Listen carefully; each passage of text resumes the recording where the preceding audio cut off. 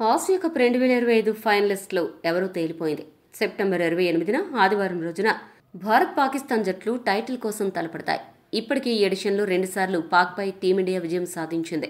ఇప్పుడు హ్యాట్రిక్ పై కన్నేసిన భారత్ను అడ్డుకోవడం ఎలా అని పాక్ జట్టు తీవ్ర కసరత్తులు చేస్తోంది, ప్రణాళికలు రచిస్తోంది.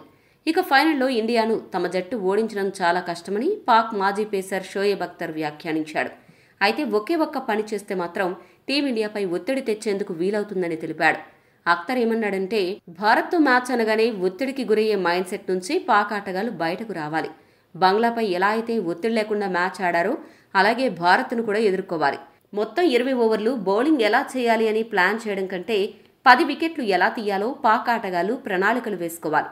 ఇక ఫైనల్కు ముందు పాక్ జట్టుకు ఒక విషయం మాత్రం చెప్పాలి అనుకుంటున్నాను. టీమిండియాలో ఒక ఆటగాడిని మాత్రం 10 బంతుల్లోపే అవుట్ చేయాలి.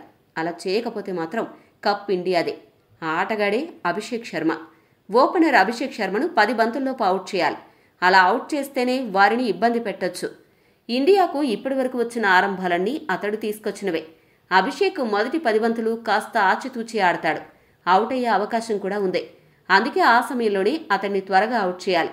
అలా కుదరకపోతే మాత్రం మరోసారి ఇబ్బందులు తప్పవు.